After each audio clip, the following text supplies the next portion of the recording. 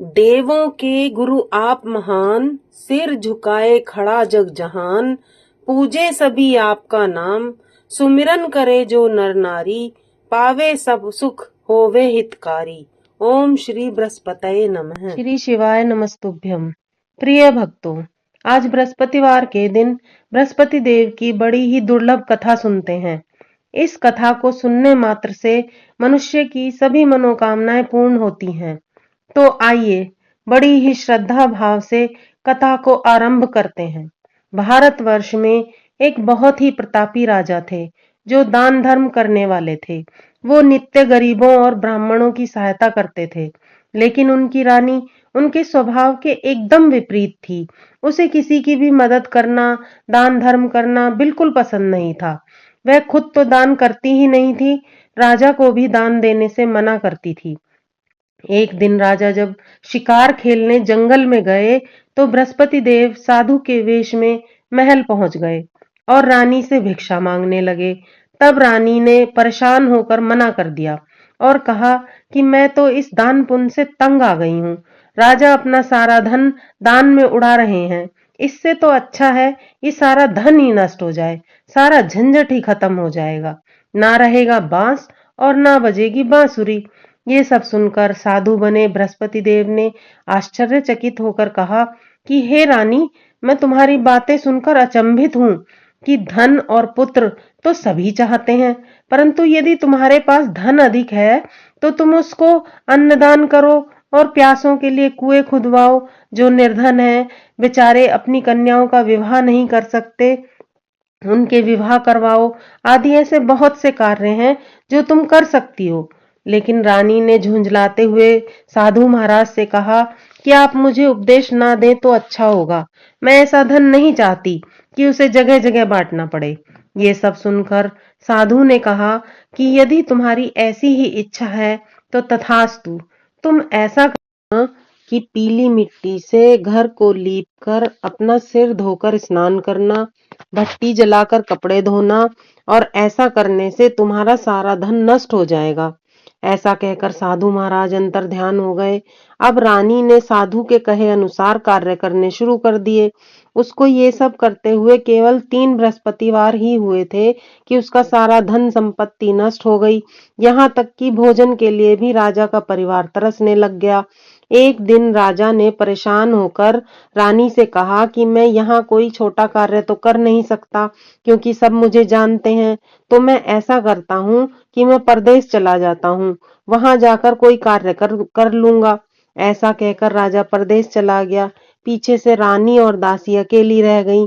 एक बार रानी और दासी को 7 दिन तक भोजन नहीं मिला, तो रानी ने दासी से कहा कि पास के नगर में मेरी बहन रहती है जो बहुत ही धनवान है। तू जाकर उससे कुछ खाने को ले आ, कुछ दिन आराम से कट जाएंगे। ये सुनकर दासी दूसरे नगर रानी की बहन के पास चल दी। जिस दिन वह वहां पहुंची उस दिन बृहस्पतिवार का दिन था। रानी की बहन उस वक्त बृहस्पतिवार व्रत की कथा सुन रही थी। दासी ने रानी की बहन को रानी का संदेश सुनाया। जब दासी को जवाब नहीं मिला तो उसे बहुत गुस्सा आया और उसने वापस आकर रानी को सारी बात बता दी। सुनकर रानी ने अपने भाग्य को कोसा। उधर रानी की बहन ने सोचा कि बहन की दासी आई थी और मैं उससे कुछ नहीं बोल पाई, बहन को बड़ा दुख हुआ होगा। कथा सुनकर और पूजन समाप्त करके जब वह बहन के घर गई और कहने लगी कि मैं बृहस्पति देव की कथा सुन रही थी, जब तक कथा समाप्त नहीं होती है तब तक ना किसी की सुनते हैं और ना बोलते हैं, इसलिए तू मुझे माफ कर दे, मैं इसीलिए नहीं बोली थी। फिर उसने दासी की तरफ देखकर पूछा कि बताओ दासी, तुम घर क्यों आई थी? तब रानी ने कहा कि बहन तुमसे क्या छिपाऊं। फिर रोने लगी और रोते हुए उसने बताया कि हमारे घर में खाने तक को अनाज नहीं था, इसलिए मैंने दासी को भेजा था। तब रानी की बहन ने कहा कि देखो बहन, भगवान बृहस्पति देव सबकी मनोकामनाएं पूर्ण करते हैं। तुम्हारे घर में शायद अनाज रखा हो। पहले तो रानी को विश्वास नहीं हुआ, परंतु बहन के कहने पर उसने अपनी दासी को अंदर भेजा तो सचमुच अनाज से भरा हुआ एक घड़ा उसे मिला।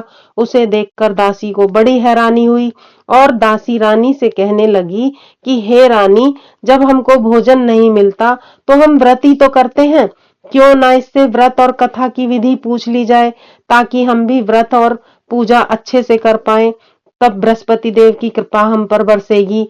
तब रानी ने अपनी बहन से व्रत की विधि पूछी, तो बहन ने बताया कि बृहस्पतिवार के व्रत में चने की दाल और मुनक्का से भगवान विष्णु का केले की जड़ में पूजन करें, दीपक जलाएं, व्रत कथा सुने, पीला भोजन करें, पीले वस्त्र धारण करें। इससे बृहस्पति देव बहुत प्रसन्न होते हैं और सबकी मनोकामनाओं को पूर्ण करते हैं।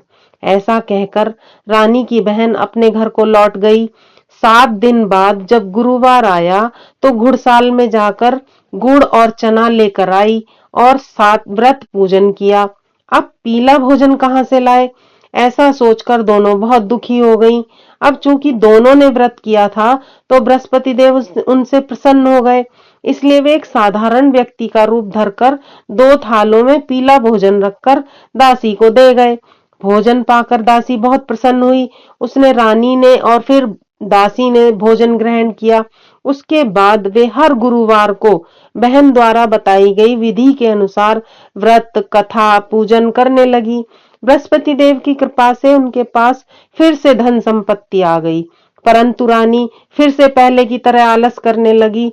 तो दासी ने समझाया और कहा कि जब भगवान बृहस्पति देव की कृपा से धन संपत्ति वापस मिली है तो तुम फिर से आलस करने लगी हो। बहुत मुसीबतों के बाद तो हमें ये धन संपत्ति मिली है, तो हमें दान धर्म करना चाहिए, भूखे मनुष्यों को भोजन कराना चाहिए, को शुभ कार्यों में खर्च करना चाहिए, जिससे तुम्हारे कुल का यश बढ़ेगा, स्वर्ग की प्राप्ति होगी और पितृ भी प्रसन्न होंगे। रानी ने दासी की बात मान ली और अपने धन को शुभ कार्यों में खर्च करने लगी, जिससे नगर में चारों तरफ उसका यश फैलने लगा। उधर परदेश में राजा लकड़ियां काटकर अपना जीवन यापन कर रहा था। एक दिन राजा जंगल में एक पेड़ के नीचे आसन जमाकर बैठा हुआ था और अपनी दशा को सोचकर बहुत व्याकुल हो रहा था। बृहस्पतिवार का दिन था। अचानक उसने देखा कि निर्जन वन में एक साधु प्रकट हुए हैं। वह साधु के वेश में स्वयं बृहस्पति देव भगवान थे, जो लकड़हारे के सामने आकर उससे कहने लगे कि तुम इस निर्जन वन में अकेले चिंतामग्न क्यों बैठे हो? तब राजा ने दोनों हाथ जोड़कर कहा, महात्मा जी, आप सब कुछ जानते हो, मैं आपसे क्या कहूँ, और रोने लगा।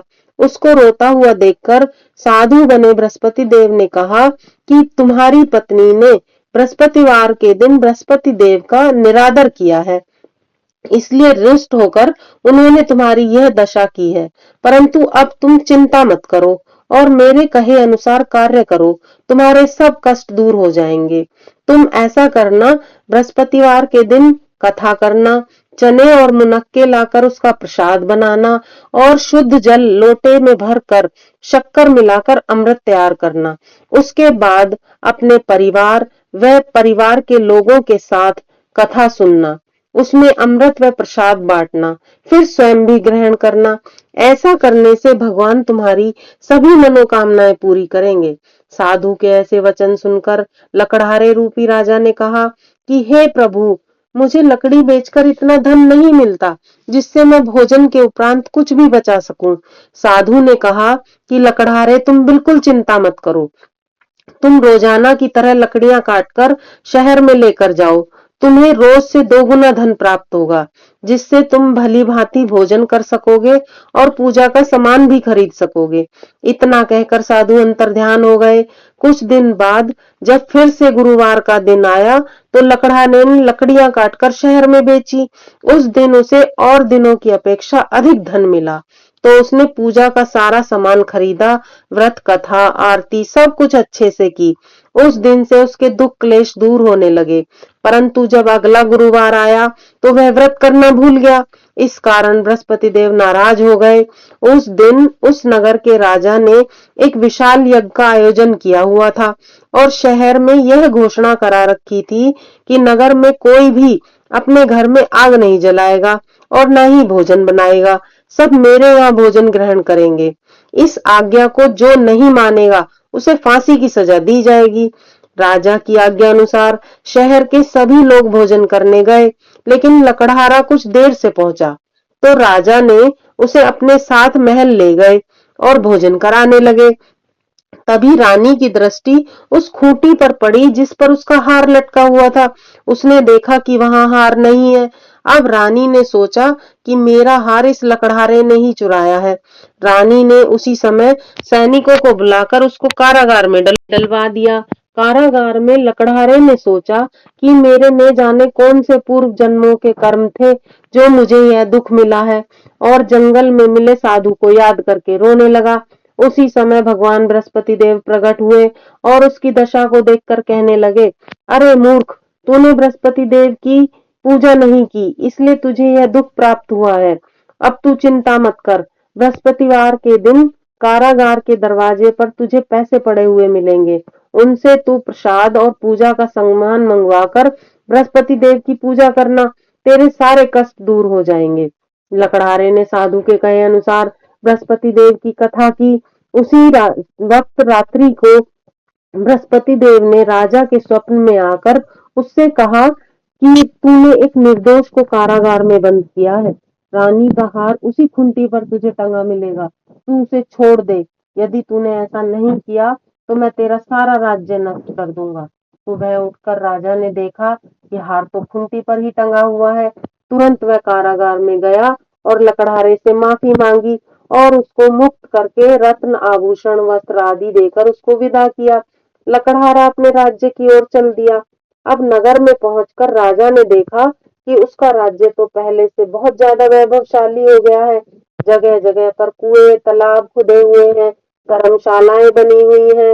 राजा ने वहां पर किसी से पूछा कि ये सब किसने बनवाए हैं, तो नगर के लोगों ने बताया कि ये सब हमारी रानी ने और उसकी दासी ने बनवाए हैं।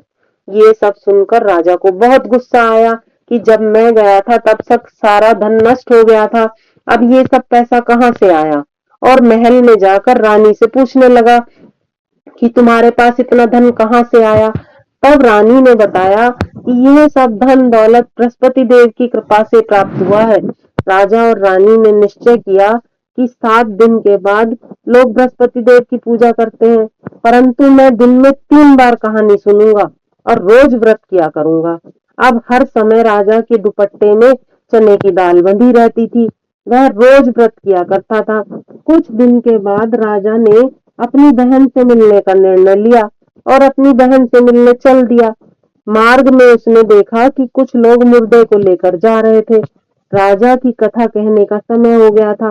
राजा ने उनसे रोककर कहा कि मेरी बृहस्पति देव की कथा सुन लो। लोग कहने लगे कि हमारा तो आदमी मर गया, इसे अपनी कथा की पड़ी हुई है। परंतु कुछ लोगों ने विरोध किया और कथा सुनने के लिए बैठ गए। कथा समाप्त होने पर उन्होंने देखा कि मुर्दा तो राम राम कहते हुए उठ खड़ा हुआ। सभी बहुत खुश हो गए और राजा को धन्यवाद कहने लगे। राजा आगे बढ़ गया। आगे जाने पर उसने देखा कि एक किसान खेत में हल चला रहा है। अब राजा का कथा सुनने का समय हो गया था। राजा ने उससे कथा सुनने का आग्रह किया तो किसान ने उससे कहा कि जब तक मैं तेरी कथा सुनूंगा तब तक तो मैं 4 हरैया जोत लूंगा और अपनी कथा किसी और को जाकर सुनाना। राजा आगे चल दिया। राजा के आगे जाते ही उसका बैल पछाड़ खाकर गिर गया और किसान के पेट में बहुत तेज दर्द होने लगा। तभी किसान की माँ वहां खाना लेकर आई थी, तो उसने किसान को और बैल को दोनों को देखा। दोनों की हालत खराब थी। उसने उनके बारे में पूछा तो किसान ने सारी बात अपनी माँ को बता दी। अब बुढ़िया सारी बात समझ गई और दौड़ी दौड़ी राजा के पास आई और कहने लगी कि राजा, मैं तेरी कथा सुनूंगी, लेकिन मेरी कथा सुनने के बाद तुझे खेत पर चलकर मेरे बच्चे को ठीक करना होगा। राजा ने उसकी बात मान ली और खेत पर वापस आकर कथा कही। कथा समाप्त होते ही बैल उठ खड़े हुए और किसान के पेट का दर्द भी ठीक हो गया। राजा आगे चल दिए। राजा अपनी बहन के घर पहुंचा तो बहन ने भाई का खूब आदर सत्कार किया। अगले रोज प्रातःकाल उठकर राजा ने देखा कि वहां तो सभी भोजन कर रहे हैं। तो राजा ने अपनी बहन से पूछा कि क्या कोई ऐसा है जिसने भोजन ना किया हो और वो मेरी कथा सुन ले। तो बहन ने जवाब दिया कि भैया, यह देश ऐसा ही है, यहाँ के लोग प्रातःकाल ही भोजन कर लेते हैं। फिर भी मैं आस पड़ोस में जाकर देख आती हूँ कि यदि कोई भूखा है और तुम्हारी कथा सुनने के लिए तैयार हो गया तो उसे ले आऊंगी। परंतु उसकी बहन को कोई भी ऐसा व्यक्ति नहीं मिला। अंत में वह कुम्हार के यहाँ गई। उसका पुत्र कई दिन से बीमार था, तो उसके यहाँ 3 रोज से किसी ने भी भोजन नहीं किया था। अब रानी ने कुम्हार से कथा सुनने का आग्रह किया, तो वह तैयार हो गया। राजा ने वहां जाकर कथा कही। अब कथा समाप्त होने पर सभी ने देखा कि कुम्हार का पुत्र ठीक हो गया। अब तो राजा की चारों तरफ प्रसन्नता होने लगी। कुछ दिन बाद राजा ने बहन से कहा कि अब मैं वापस जाऊंगा, तो तू भी मेरे साथ चल। बहन ने अपनी सास से पूछा, तो सास ने कहा कि ठीक है, तू चली जा, पर बेटों को साथ लेकर नहीं जाएगी, क्योंकि तेरे भाई के कोई औलाद नहीं है। अब बहन बहुत दुखी हुई। फिर उसने अपने भाई से कहा कि मैं तो चल लूंगी, पर कोई बालक नहीं जाएगा। तब राजा ने दुखी होते हुए कहा कि जब कोई बालक ही नहीं जाएगा तो तू ही जाकर क्या करेगी। और बड़े दुखी मन से अपने राज्य में वापस आ गया और आकर रानी से कहने लगा कि हमें कोई औलाद नहीं है, इसलिए हमारा मुख देखने का भी किसी का धर्म नहीं है, और बिना खाए पिए ही दुखी होकर बैठ गया। तब रानी ने कहा कि बृहस्पति देव भगवान ने हमें सब कुछ दिया है, तो क्या वह हमें औलाद नहीं देंगे? अवश्य देंगे। और उसी रात को राजा को स्वप्न में बृहस्पति देव ने दर्शन दिए और कहा कि हे राजा, तुम्हारी सारी चिंताएं खत्म, तेरी रानी गर्भ से है। राजा को यह सुनकर बहुत खुशी हुई। इसी तरह दिन बीतने लगे।